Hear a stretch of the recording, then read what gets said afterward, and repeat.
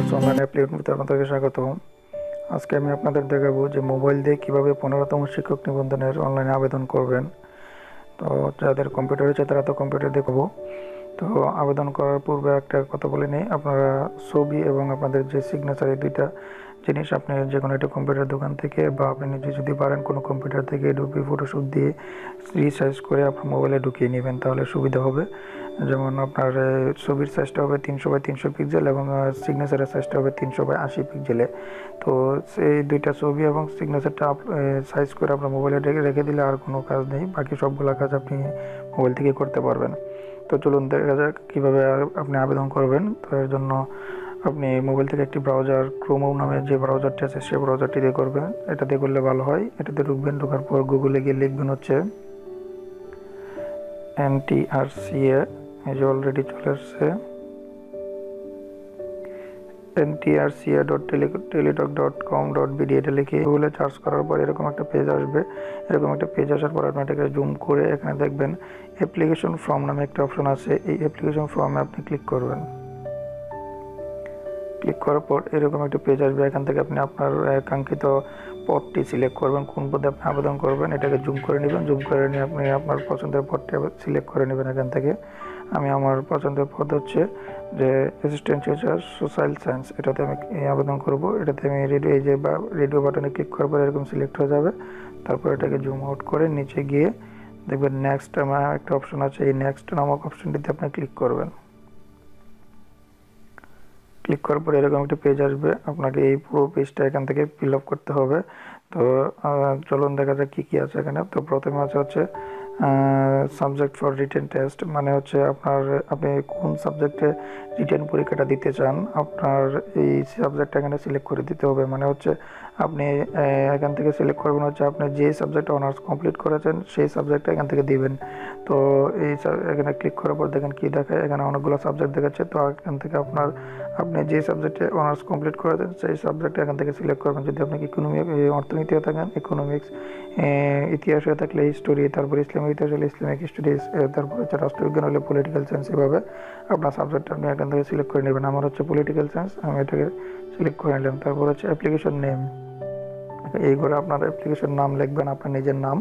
তো এই নাম তথ্যগুলো আপনার একটা জিনিস এখানে বলে নিই আমি, যে আপনি যদি কোনো আপনার নিজের নাম, মায়ের নাম, বাবার নাম, আরও কিছু তথ্য, সবগুলো তথ্য আপনি আপনার মোবাইলে আপনার সার্টিফিকেট দিয়ে কি আপনার মোবাইলে কোনো একটি PDF এই নোটবুকে লিখে রেখে দেন, তাহলে সেখান থেকে কপি করে করে এখানে এনে দিয়ে দিলে কোনো প্রকার ভুল হওয়ার সম্ভাবনা নেই।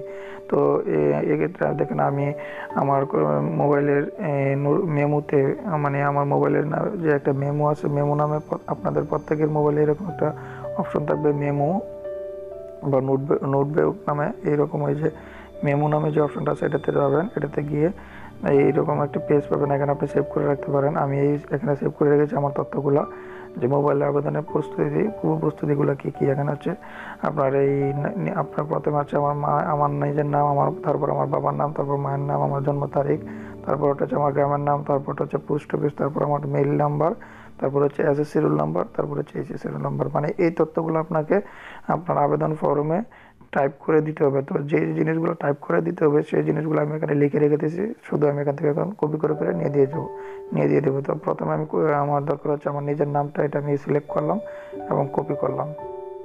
তারপর আমার আবেদনের পেজে চলে যাব। সেখান থেকে আমার অ্যাপ্লিকেশন নেমে করে গিয়ে আমার এখানে আমি চাপ দিয়ে ধরে রাখলে দেখবেন এরকম একটা পেজটা আসবে। পেজটা ক্লিক করলে আপনার নামটা সেখানে চলে যাবে, যেটা আপনি কপি করেছেন। তো সেমভাবে তারপরে যে ফাদার্স নেমে করে ক্লিক করে সেখানে আপনার বাবার নামটা কপি করে এনে দিয়ে দেবেন, কপি করবেন। তারপর আবার আবেদনের পেজে চলে যাবেন। যাওয়ার পর দেখেন এখানে ফাদার্স নেমের জায়গায় আমি ফাদার্স নেম দিয়ে দিলাম। তারপর হচ্ছে মাদার্স নেমের জায়গায় মাদার্স নেমটা সেমভাবে এখান থেকে কপি করে নিয়ে আসবেন।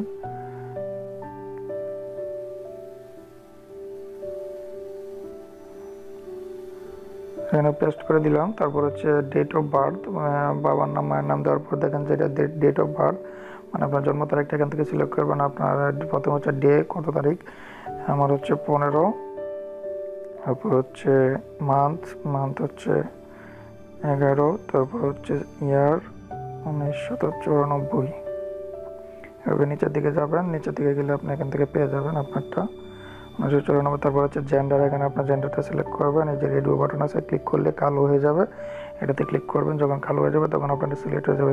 তারপর হচ্ছে ফিজিক্যালি চ্যালেঞ্জ, আপনি কি কোনো প্রতিবন্ধী কিনা, যদি না হয়ে থাকেন তাহলে এই যে নো বাটনটা সিলেক্ট করবেন, তারপর এরকম কালো হয়ে যাবে। তারপর হচ্ছে ন্যাশনালিটি ওটু দেওয়া থাকবে। তারপর রিলিজিয়ন, আপনার ধর্মটা এখান থেকে সিলেক্ট করবেন। তারপর হচ্ছে ন্যাশনাল আইডি, আপনার যদি কোনো ন্যাশনাল আইডি থাকে তাহলে ইয়েস দিলে এইদিকে একটা নাম্বার দেওয়ার অপশন আসবে, এখানে আপনি আপনার নিড নাম্বারটা দিয়ে দিতে পারেন। আর যদি না থাকে তাহলে এখানে নো সিলেক্ট করবেন, তাহলে কোনো কিছু দিতে হবে না। যদি আমার আইডি কার্ড নাই তাই আমি নো দিলাম। তারপর ম্যারিটাল স্ট্যাটাস, এখানে ম্যারিড হলে এখানে ম্যারিড দিবেন। তারপর এদিকে নাম লিখে দেবেন, আপনার ওয়াইফের নাম। আর যদি ম্যারিড না হন তাহলে এখানে সিঙ্গেল সিলেক্ট করে দেবেন।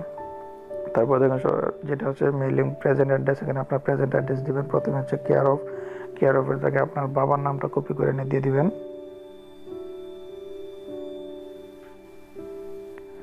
এখান থেকে কপি করে আমি ওই জায়গায় দিয়ে দিব বাবার নামটা শুধু। তারপর হচ্ছে ভিলেজ, টাউন, রোড, এখানে আপনার গ্রামের নামটা লিখে দেবেন। এখানে আমি আমার গ্রামের নামটা লিখে দিলাম। তারপর হচ্ছে ডিস্ট্রিক্টে আপনার ডিস্ট্রিক্টটা সিলেক্ট করবেন এখান থেকে।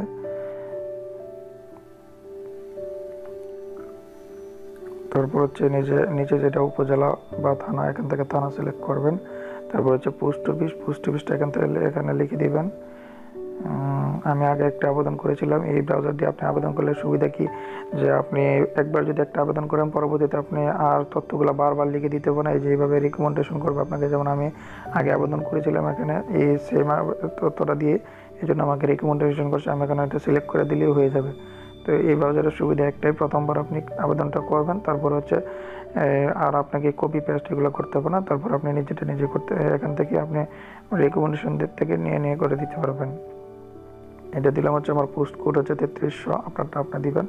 তারপর আমার প্রেজেন্ট অ্যাড্রেস এবং পার্মানেন্ট অ্যাড্রেস যদি আপনার সেম হয়ে থাকে তাহলে এখানে একটা বাটন আছে যে সেম এজ প্রেজেন্ট অ্যাড্রেস, এই বাটনটা ক্লিক করলে আপনার ওটু প্রেজেন্ট অ্যাড্রেসে যা দিয়েছেন পার্মানেন্ট অ্যাড্রেসে তা নিয়ে নেবে। যদি আপনার দুইটা অ্যাড্রেসে এক সেম হয় তাহলে এই এখানে একটা টিক মার্ক দিয়ে দিবেন, তাহলে আপনার কাজ শেষ। আর যদি আপনার পার্মানেন্ট অ্যাড্রেস একটা হয় আর প্রেজেন্ট অ্যাড্রেস আরেকটা হয় তাহলে দুই জায়গায় বা আবার লিখে দিতে হবে। তো আমার দুইটাই একরকম, তাই আমি এখানে টিক মার্ক দিয়ে দিব।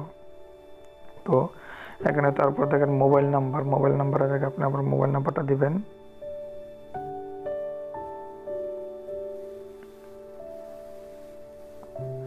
আমারটা দিলাম। তারপর দেখেন কি আছে কনফার্ম মোবাইল, মানে এই মোবাইল নাম্বারটাই আবার দেওয়ার জন্য বলছে, মানে হচ্ছে এই মোবাইল নাম্বারটা খুবই ইম্পর্টেন্ট। আপনি এখান থেকে দেখে দিবেন ভালোভাবে যে মোবাইল নাম্বারটা ঠিক আছে কিনা, কারণ এই মোবাইল নাম্বারে আপনার পরবর্তীতে সকল SMS আসবে, তাই এটা খুবই জরুরি।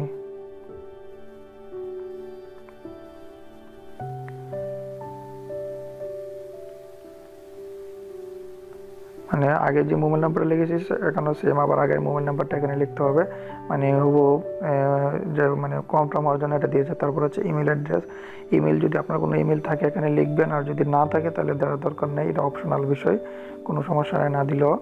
তারপর হচ্ছে আপনার এক্সামের যে তথ্যগুলো SSC, এটা হচ্ছে SSC, তারপর এদিকে হচ্ছে HSC। তো প্রথমে আপনি SSCটা ফিল আপ করবেন।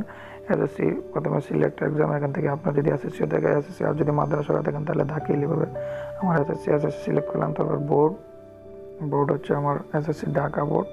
তারপর এখন রোল নাম্বারটা কোত্থেকে দিবেন, রোল নাম্বারটা দেখেন আপনার আমি যে কপি করে রেখেছিলাম এখানে ওই জায়গা থেকে দেখে আমি দিয়ে দেবো এখন মুখস্থ। প্রথমটা হচ্ছে আমার এই যে এটা হচ্ছে আমার roll number, SSC roll number প্রথমটা, এটা আমি কপি করলাম, এই জায়গায় আমি পেস্ট করে দেবো। এটাকে পেস্ট করে দিলাম। তারপর হচ্ছে রেজাল্টের জায়গায় আপনি এখানে সিলেক্ট করতে হবে যে কোন ডিভিশনে আপনি রেজাল্টটা পেয়েছিলেন। এখন তো আমরা সবাই জিপিএ আউট অফ 5, মানে এটা সিলেক্ট করবেন জিপিএ আউট অফ 5, এখানে আপনার পয়েন্টটা লিখে দিবেন।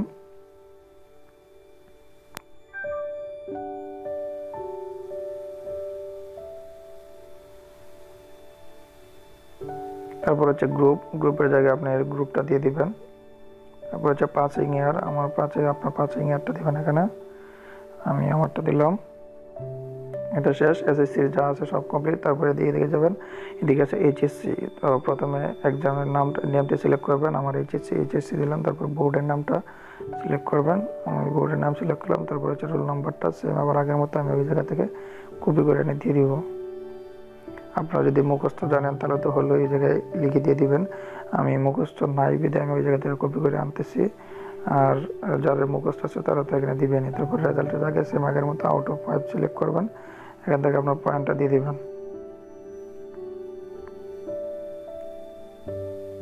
তারপর হচ্ছে গ্রুপ, এখানে গ্রুপ সিলেক্ট করবেন। তারপর হচ্ছে আপনার পাসিং ইয়ার কত সালে এইচএসসি পাস করেছিলেন এটা দিবেন এখানে।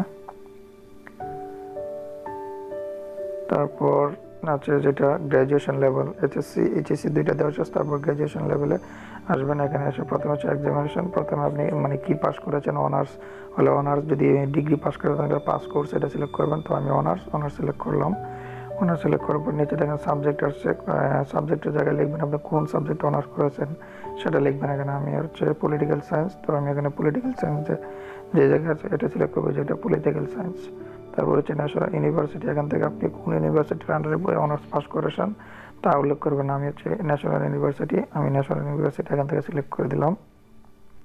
তারপর এদিকে হচ্ছে রেজাল্ট আপনার এই আপনার অনার্সের রেজাল্টটা সিজিপিএটা কত এটা এখানে দিতে হবে। সিজিপি আউট অফ 4 আমরা জানি সবাই, আমাদের আউট অফ 4 এর রেজাল্ট হয়, আউট অফ 4 দিলাম। তারপর এখানে এইদিকে বাম দিকে আপনার পয়েন্টটা দিয়ে দিবেন। এখানে একটু আমার পয়েন্ট হচ্ছে এটা, আমি এটা দিয়ে দিলাম।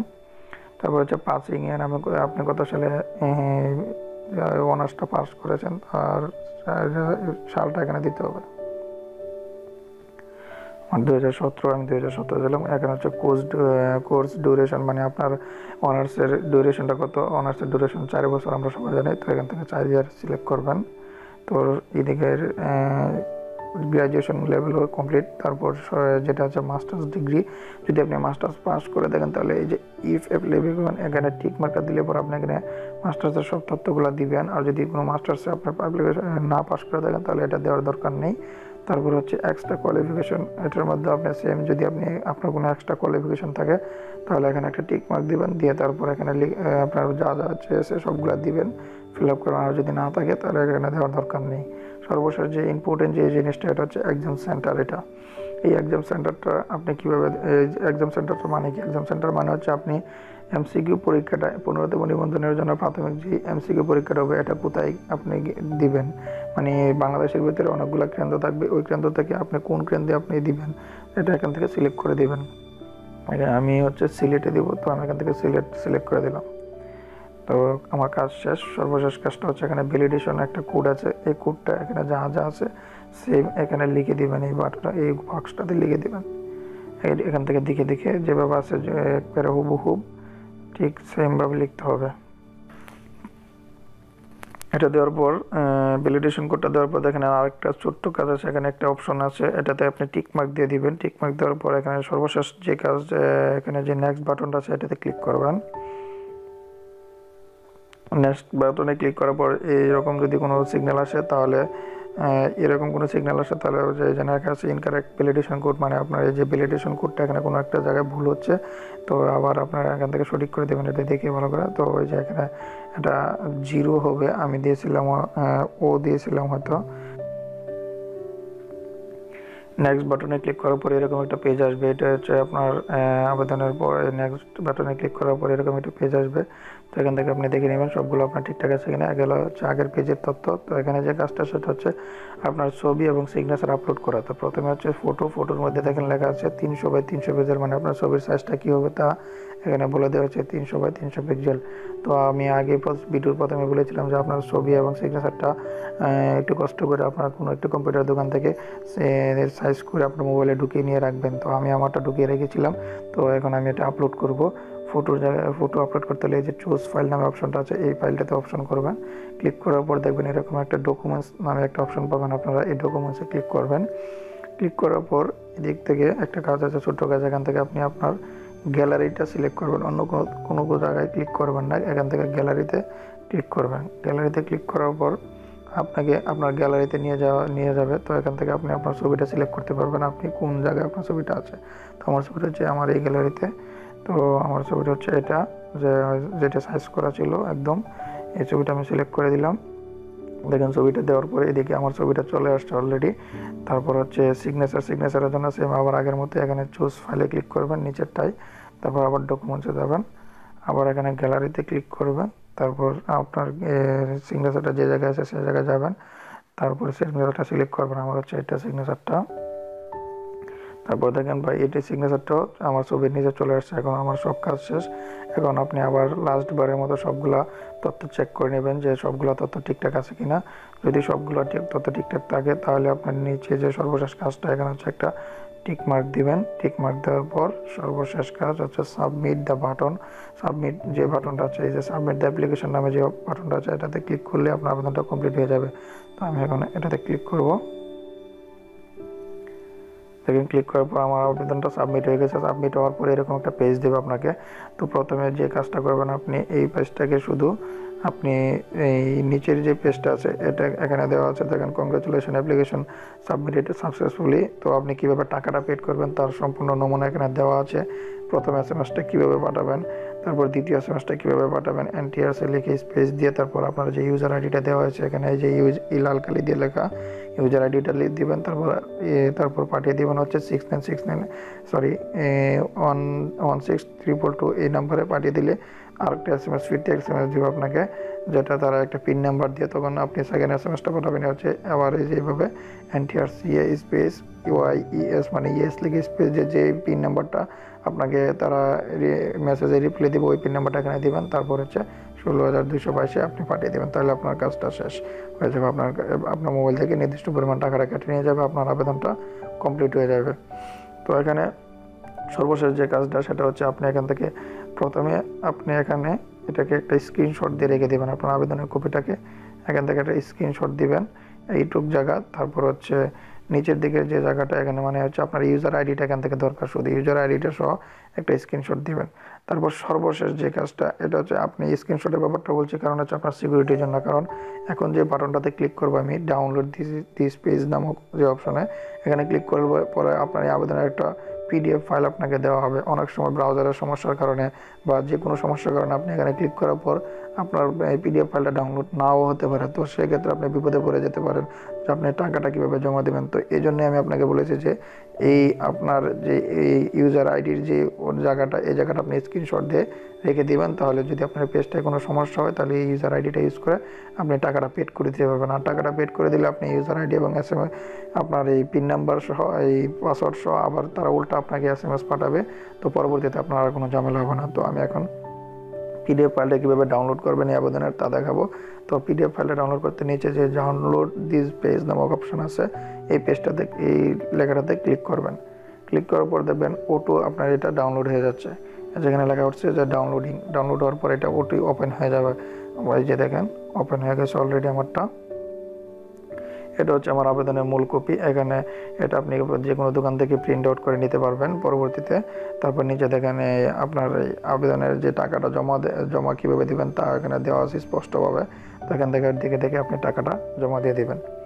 তো বন্ধুরা আশা করি আপনারা আমার এই ভিডিওটি দেখে এখন থেকে আপনারা নিজের আবেদন নিজে মোবাইল থেকে করতে পারবেন। তো আপনারা যদি কোনোভাবে উপকৃত হয়ে থাকেন এই ভিডিও দেখে তাহলে অবশ্যই আমার ভিডিওতে লাইক কমেন্টস এবং শেয়ার করবেন এবং অবশ্যই সাবস্ক্রাইব করবেন।